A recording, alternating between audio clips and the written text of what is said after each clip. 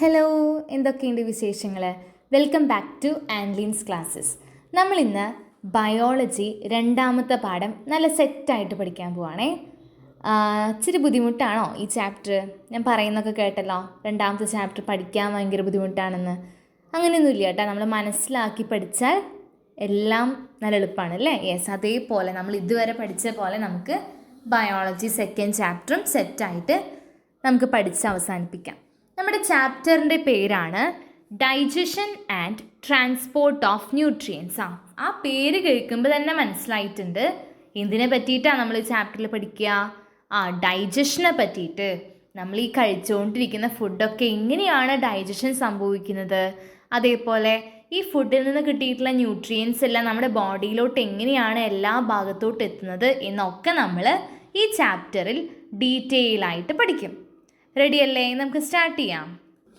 ഈ chapter start ചെയ്യുമ്പോൾ തന്നെ ഒരു പിക്ചർ നമുക്ക് കാണിച്ചിട്ടുണ്ട് അവർ. എന്താണ് ആ പിക്ചർ? ഉച്ചഭക്ഷണം കഴിക്കുന്നത് അല്ലേ സ്കൂളിൽ. അപ്പോൾ അത് കണ്ടപ്പോൾ നമുക്ക് മനസ്സിലായി, A nutritious diet ensures your health. Okay, നമ്മുടെ ആരോഗ്യം മെച്ചപ്പെടണമെങ്കിൽ എന്താണ്? നല്ല ഫുഡ് കഴിക്കണ്ടേ? അതിനെ പറ്റിയിട്ടാണ് പറയാം. What all food items are included in your noon meal? നിങ്ങൾ പറഞ്ഞേ, എന്തൊക്കെ വിഭവങ്ങളാണ് നിങ്ങൾ ഇന്ന് ഉച്ചയ്ക്ക് കഴിച്ചത്? അങ്ങനെയാണെങ്കിൽ അതിൻ്റെ ആ ഫുഡ് ഐറ്റംസിൻ്റെയും അതേപോലെ അതിൽ ഇൻക്ലൂഡ് ആയിട്ടുള്ള അതിൽ എന്തൊക്കെ ന്യൂട്രിയൻസ് ആണുള്ളത് എന്നൊക്കെ വിശദമായിട്ട് ഈ പറഞ്ഞ ടേബിൾ നമ്മൾ ഫില്ല് ചെയ്യാൻ പോവാണ്. ഞാൻ കുറച്ച് എക്സാമ്പിൾസ് പറയാട്ടാ. നിങ്ങൾ എന്ത് ചെയ്യുക? നിങ്ങൾക്ക് ഒറ്റയ്ക്ക് വേണമെങ്കിൽ കണ്ടുപിടിക്കാം. ഇത് പഠിക്കൊന്നും വേണ്ട, നിങ്ങൾ ജസ്റ്റ് മനസ്സിലാക്കിയാൽ മതി. ഓക്കെ, നമ്മളെല്ലാവരും ചോറ് കഴിക്കും അല്ലേ? യെസ്, റൈസ് കഴിക്കും. അപ്പോൾ ഇവിടെ ഫസ്റ്റത്തേൽ എന്ത് ചെയ്താ? റൈസ് എഴുതാം.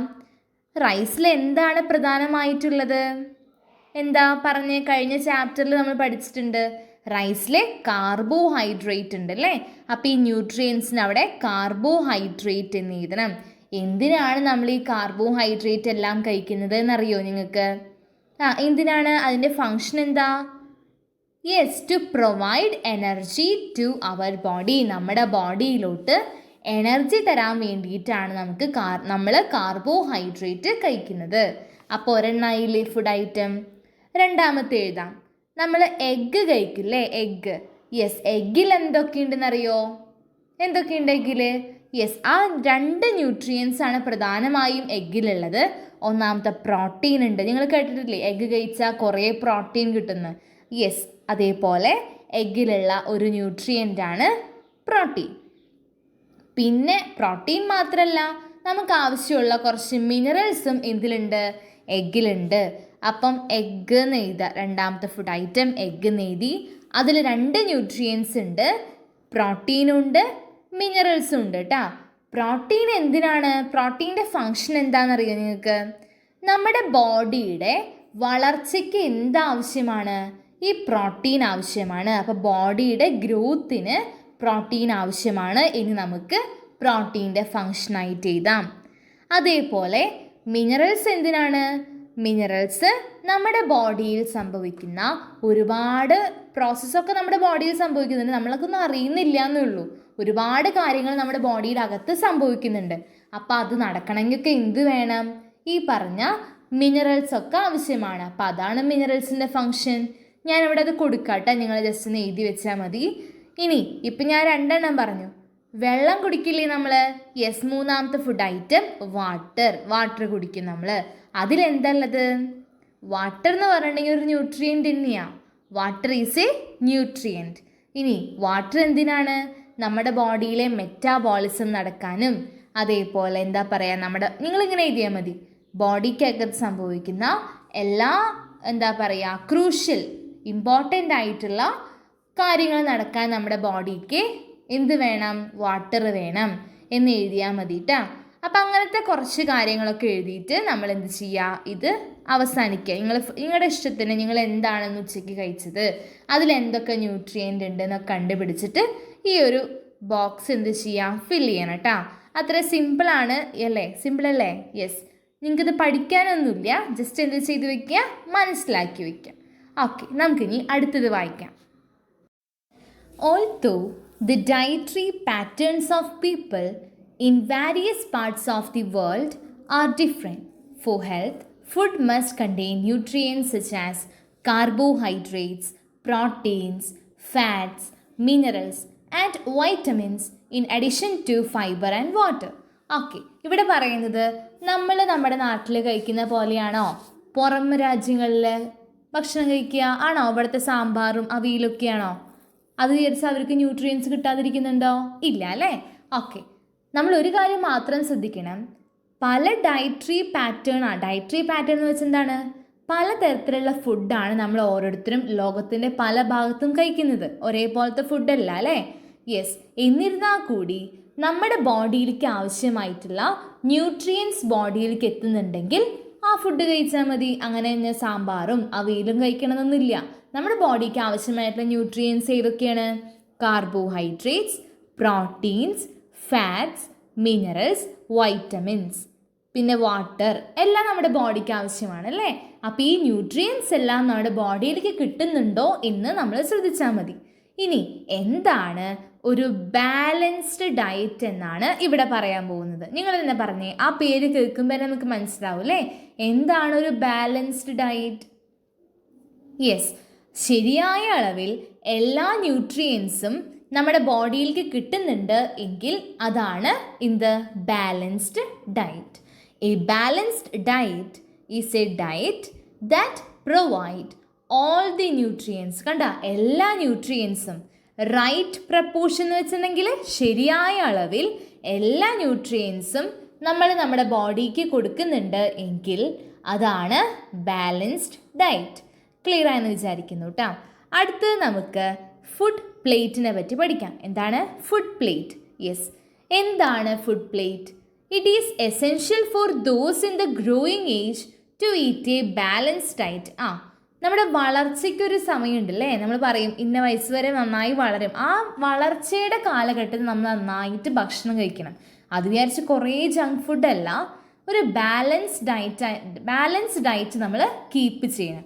The food items like vegetables, fruits, cereals, milk products, pulses, meat, etc. should be included in the diet. ഇപ്പം ഞാൻ വായിച്ച എല്ലാ സാധനങ്ങളും നമ്മൾ നമ്മുടെ ഫുഡിലുണ്ടോ എന്ന് എന്ത് ചെയ്യണം? ശ്രദ്ധിക്കണം. ഉണ്ട് എന്ന് ഉറപ്പ് വരുത്തണം. Fruits and vegetables contain plenty of vitamins, minerals and nutrients and fibres. നമ്മൾ കഴിക്കുന്ന ഫ്രൂട്ട്സിലും വെജിറ്റബിൾസിലും എന്തൊക്കെയുണ്ട്? വൈറ്റമിൻസ് ഉണ്ട്, മിനറൽസ് ഉണ്ട്, അതേപോലെ വേറെയും ന്യൂട്രിയൻസും ഫൈബേഴ്സും ഒക്കെ ഉണ്ട്. ഇതെല്ലാം നമ്മുടെ ബോഡിക്ക് വേണം. A concept of food plate is helpful for healthy life. ഇനി എന്താണ് ഫുഡ് പ്ലേറ്റ് എന്ന് പറയാൻ പോവാണ്.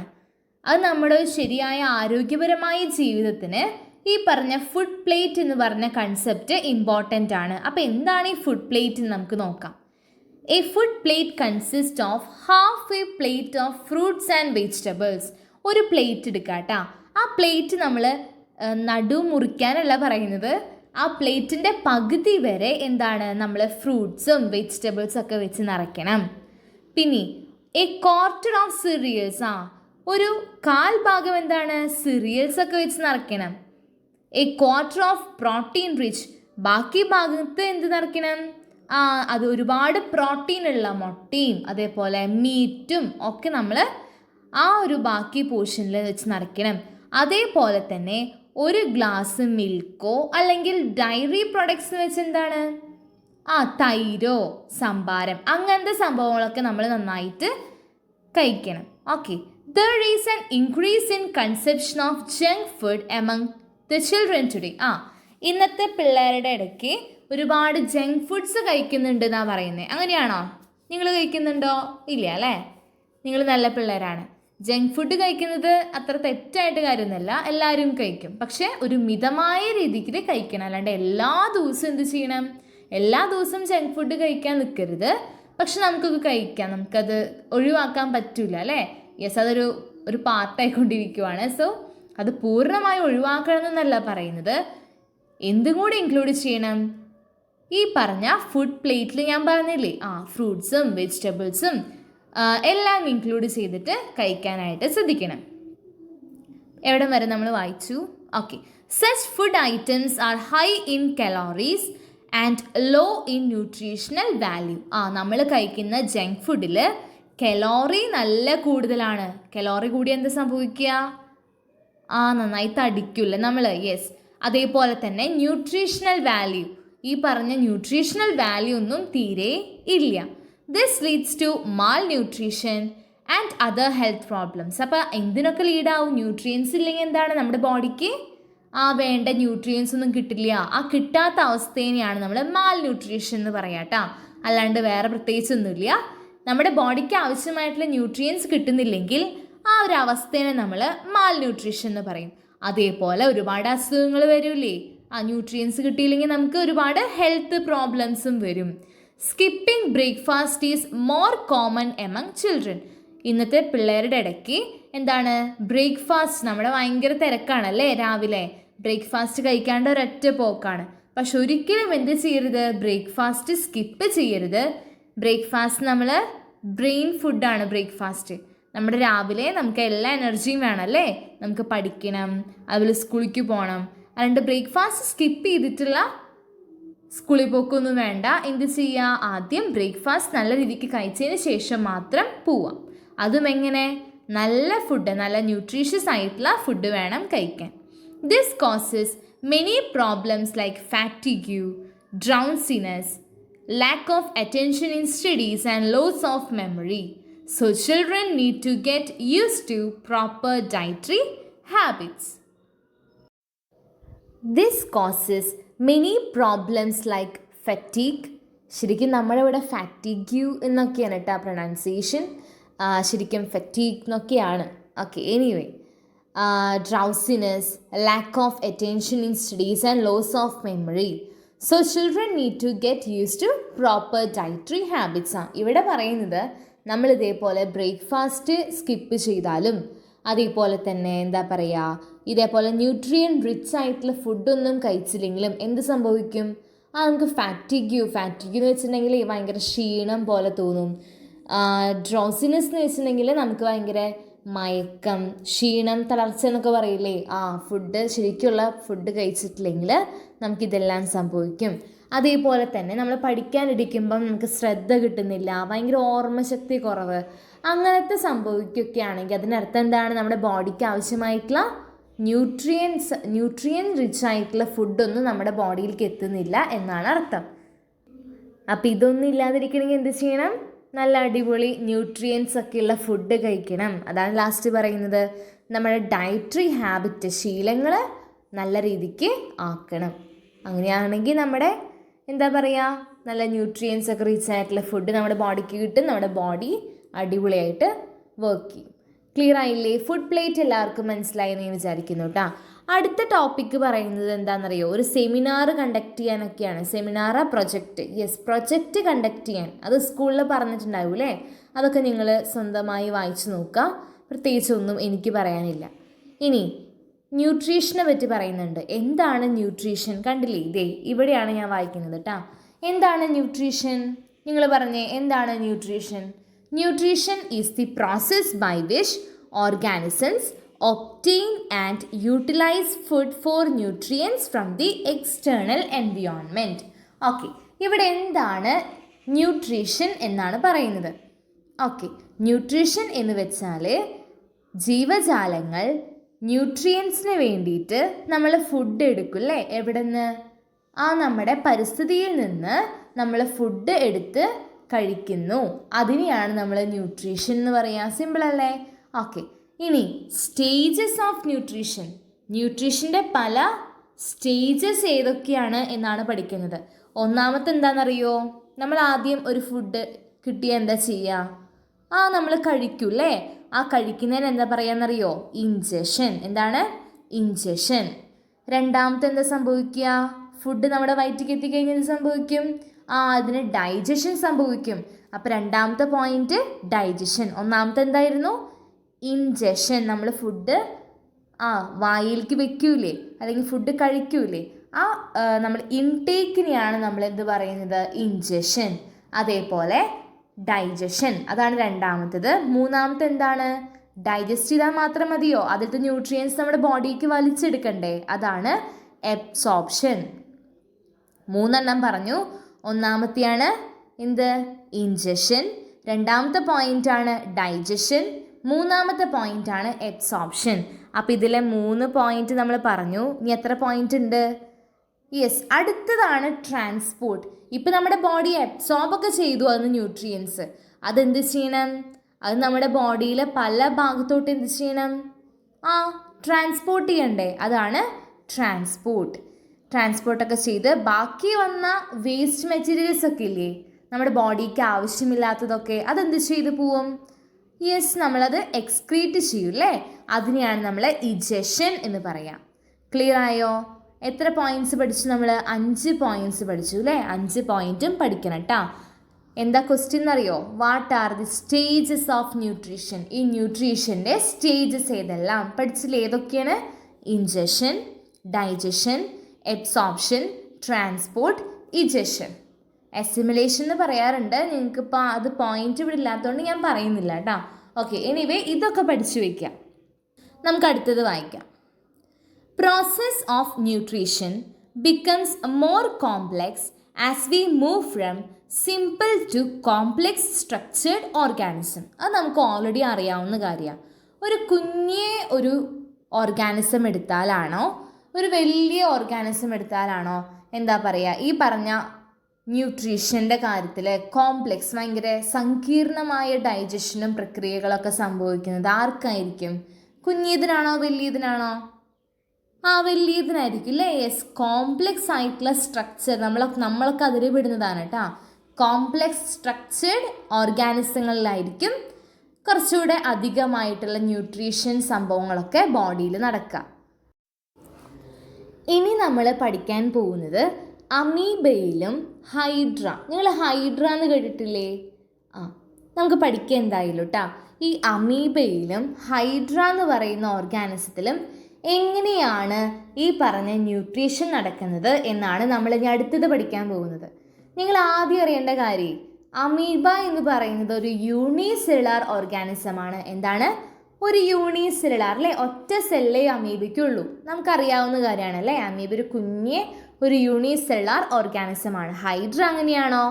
ഹൈഡ്ര എന്ന് പറയുന്നത് യൂണിസെല്ലുലാർ അല്ല, മൾട്ടി സെല്ലുലാർ ഓർഗാനിസമാണ് ഹൈഡ്രയ്ക്ക് കുറേ സെൽസ് ഉണ്ട്. ഓക്കെ, ഹൈഡ്ര എന്ന് പറഞ്ഞിട്ടുണ്ടെങ്കിൽ എന്താണ്? മൾട്ടി സെല്ലുലാർ ഓർഗാനിസമാണ്. അതാദ്യം മനസ്സിലാക്കി വെക്കാം.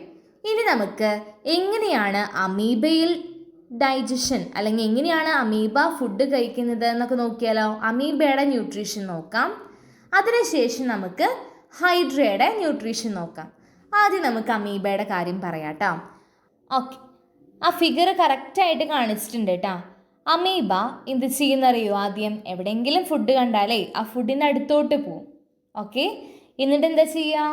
ആ ഫുഡ് എടുത്ത് വിഴുങ്ങും അല്ലേ? അത് തന്നെയാണ് അമീബ ചെയ്യുക. ഫുഡ് എടുത്ത് വിഴുങ്ങും. അവർക്ക് എടുത്ത് വിഴുങ്ങാൻ അവർക്ക് കൈയുണ്ടോ? ഇല്ല. അവർക്കുള്ളത് സ്യൂഡോപോഡിയാണ്. എന്താണുള്ളത്? സ്യൂഡോപോഡിയ. ഓക്കെ, അവർക്ക് സ്യൂഡോപോഡിയ ഉണ്ട്. എന്താണ് സ്യൂഡോപോഡിയ എന്നറിയോ നിങ്ങൾക്ക്?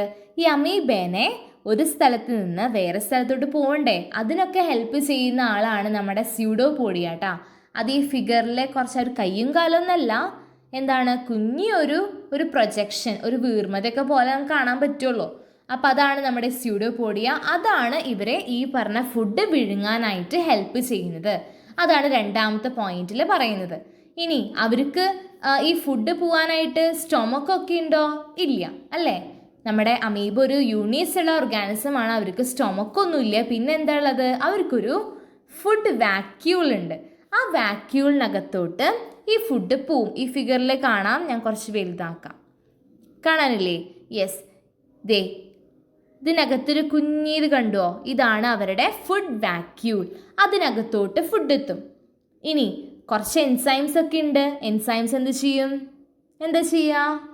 ഈ ഫുഡൊക്കെ ഡൈജസ്റ്റ് ചെയ്യും. ഈ സെല്ലിനകത്തുള്ള ഡൈജഷൻ എന്താ പറയാന്നറിയോ?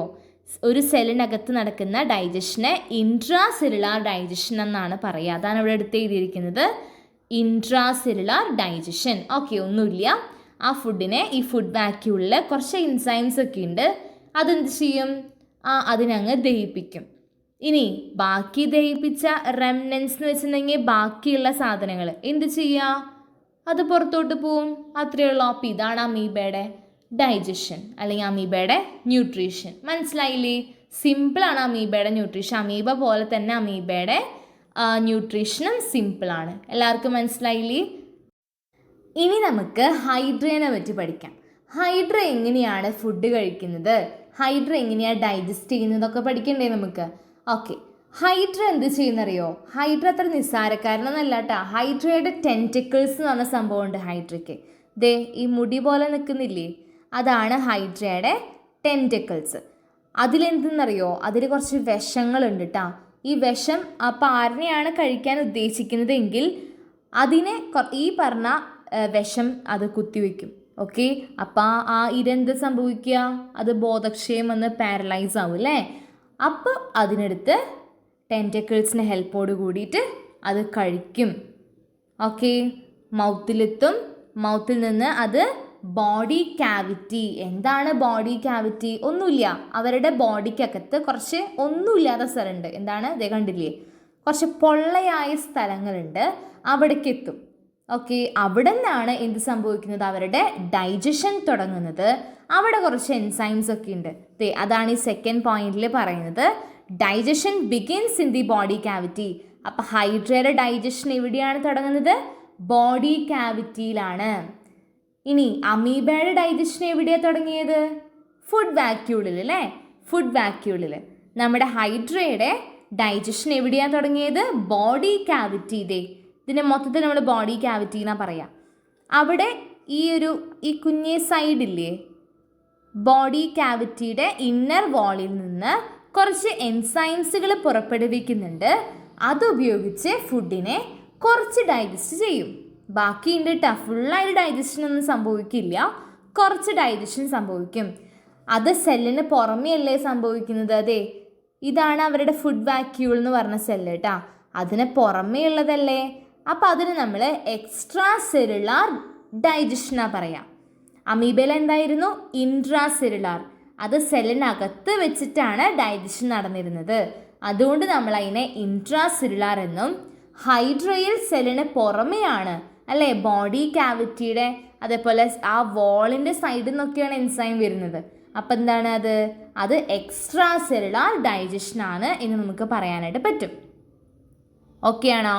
ഇനി ഞാൻ പറഞ്ഞു മുഴുവനായി ഡൈജഷൻ കഴിഞ്ഞിട്ടില്ല അല്ലേ. ഇനി ഇപ്പോൾ ഡൈജഷൻ കുറച്ചൊക്കെ കഴിഞ്ഞിട്ടുള്ള ഫുഡ് നേരെ ഫുഡ് വാക്യൂളുണ്ട്, അവർക്കും ഉണ്ട് ഫുഡ് വാക്യൂള്. ആ ഫുഡ് വാക്യൂളിലെത്തും. എന്നിട്ട് അവിടെ എന്ത് നടക്കും? നേരത്തെ അമീബയിൽ കണ്ട പോലെ ഇൻട്രാ സെല്ലുലാർ ഡൈജഷൻ. ഈ ഫുഡ് വാക്യൂളിലുള്ള എൻസൈംസ് ഈ ഫുഡിനെ വീണ്ടും ബാക്കിയുള്ള ഡൈജഷനൊക്കെ ചെയ്യും. ഓക്കെ, ഇനി നേരത്തെ അമീബയിൽ പറഞ്ഞ പോലെ റെമനൻസ്, ബാക്കിയുള്ള സാധനങ്ങൾ ഏതിൽ കൂടെ പുറത്ത് പോകാമെന്നറിയോ? അവരുടെ വായക്കൂടെ തന്നെയാണ് പുറത്തോട്ട് പോകുന്നത്. അവർ കഴിച്ചതും വായക്കൂടിയാണ്, അവരത് പുറത്തോട്ട് ബാക്കിയുള്ളത് കളയുന്നതും വായക്കൂടെ തന്നെയാണ്. അതാണ് ഹൈഡ്രയുടെ ഒരു പ്രത്യേകത കേട്ടോ. നല്ലതല്ലേ? സോ ഹൈഡ്രേനെ പറ്റി പഠിച്ചു എന്ന് ഞാൻ വിചാരിക്കുന്നു. അമീബേനെ പറ്റി പഠിച്ചു, ഹൈഡ്രേനെ പറ്റി പഠിച്ചു. ആർക്കും സംശയമൊന്നുമില്ലല്ലോ. അപ്പം നിങ്ങൾക്കിത് മനസ്സിലായിട്ടുണ്ടെങ്കിൽ വേഗം ഇതൊക്കെ വായിച്ച് നോക്കുക, എല്ലാ പോയിൻറ്റ്സും പഠിക്കാം. നമുക്കെന്നിട്ട് എന്ത് ചെയ്യാം? ഈ പറഞ്ഞ ടേബിൾ കൂടെ നമുക്ക് കംപ്ലീറ്റ് ചെയ്യാം. പറഞ്ഞോ നിങ്ങൾ, അമീബയുടെ ബോഡി സ്ട്രക്ചർ എങ്ങനെയാണ്? അമീബ യൂണിസെല്ലുലാർ ആണല്ലേ. ഹൈഡ്ര യൂണിസെല്ലുലാർ ആണോ? അല്ല, ഹൈഡ്ര മൾട്ടി സെല്ലുലാർ ആണ്, നമുക്കറിയാമത് അല്ലേ. അമീബ എങ്ങനെയാണ് ഇൻജക്ഷൻ ചെയ്യുന്നത്? ഫുഡ് ഇൻജക്ഷൻ എന്ന് വെച്ചാൽ എന്താണെന്ന് ഞാൻ പറഞ്ഞേ? ഫുഡ് കഴിക്കുന്നത് വായിലേക്ക് എങ്ങനെയാണ് എത്തുന്നത്? അമീബയുടെ with the help of pseudopodia. അതെ, ഈ പോയിന്റ് എഴുതിയാൽ മതി. നമ്മൾ രണ്ടാമത്തെ പഠിച്ച പോയിന്റ് ഇല്ലേ അമീബയുടെ, ആ പോയിന്റ് ഇവിടെ എഴുതി വെക്കാം കേട്ടോ. ഇനി ഹൈഡ്രയിൽ എങ്ങനെയാണ് ഫുഡ്? അവരെങ്ങനെയാണ് ഹൈഡ്ര കഴിക്കുക? ഹൈഡ്രയുടെ കേസ് നമ്മൾ ആദ്യം പഠിച്ചില്ലേ. ഹൈഡ്ര ഒരു ഇരേനെ കണ്ടാൽ അതിനെ പാരലൈസ് ചെയ്യും ആദ്യം. ആ പോയിന്റാണ് നമ്മുടെ ഇവിടെ എഴുതേണ്ടത്. ഓക്കെ, ഇനി മൂന്നാമത്തെ പോയിന്റ് എന്താണ് പറയുന്നത്? Parts where the digestion takes place. Okay, അമീബയിൽ എവിടെയാണ്? ഇൻസൈഡ് ദ സെൽ അല്ലേ, സെല്ലിനകത്താണ് ഡൈജഷൻ നടക്കുന്നത്. ഹൈഡ്രയിൽ ബോഡി ക്യാവിറ്റിയിൽ നടക്കുന്നുണ്ട്, ഫുഡ് വാക്യൂൾ സെല്ലിനകത്തും നടക്കുന്നുണ്ട്. സോ രണ്ടാമത്തെയും മൂന്നാമത്തെയും പോയിന്റ് ഇല്ലേ, അതെവിടെ എഴുതി വെക്കണം. ഓക്കെ, അപ്പോൾ എന്ത് ചെയ്യണം? ആ ഡൈജഷൻ, ആ ന്യൂട്രീഷൻ്റെ എല്ലാ പോയിന്റുകളും നിങ്ങൾ പഠിച്ചിരിക്കണം. അമീബയുടെയും ഹൈഡ്രയുടെയും ഇമ്പോർട്ടൻ്റ് ആണ്, എന്തായാലും പഠിക്കണം. ഇനി ഇജക്ഷൻ ഓഫ് ഡൈജസ്റ്റീവ് വേസ്റ്റ്, എങ്ങനെയാണ് അതൊക്കെ പുറത്തേക്ക് പോകുന്നത്? അവസാനം നമ്മൾ പഠിച്ച 2 പോയിന്റ്സ് ഇല്ലേ, അമീബയുടെ അവസാനത്തെ point, remnants are expelled through the cell surface, സെല്ലിൻ്റെ പുറത്തൂടെ അത് പോവും. അതേപോലെ ഹൈഡ്രയിൽ എങ്ങനെയാണെന്ന് ഞാൻ പറഞ്ഞേ, മൗത്തിലൂടെ. അപ്പോൾ അത് നിങ്ങൾ എവിടെ എഴുതി വെക്കണം? ഒന്നുമില്ല, ജസ്റ്റ് ഇപ്പം നമ്മൾ നേരത്തെ പറഞ്ഞ ആ 2 വ്യത്യാസങ്ങൾ അമീബയുടെയും ഹൈഡ്രയുടെയും പഠിച്ചാൽ ഈ ടേബിളും നിങ്ങൾക്ക് എഴുതാൻ പറ്റും. അപ്പോൾ ഇതുവരെ എല്ലാവർക്കും മനസ്സിലായില്ലേ? അപ്പോൾ എല്ലാവരും ഞാൻ അടുത്ത വീഡിയോ ഇടുമ്പോഴത്തേനും എന്ത് ചെയ്യണം? ഇതെല്ലാം പഠിച്ചിട്ട് വേണം അടുത്ത ക്ലാസ്സിലേക്ക് വരാനായിട്ട്.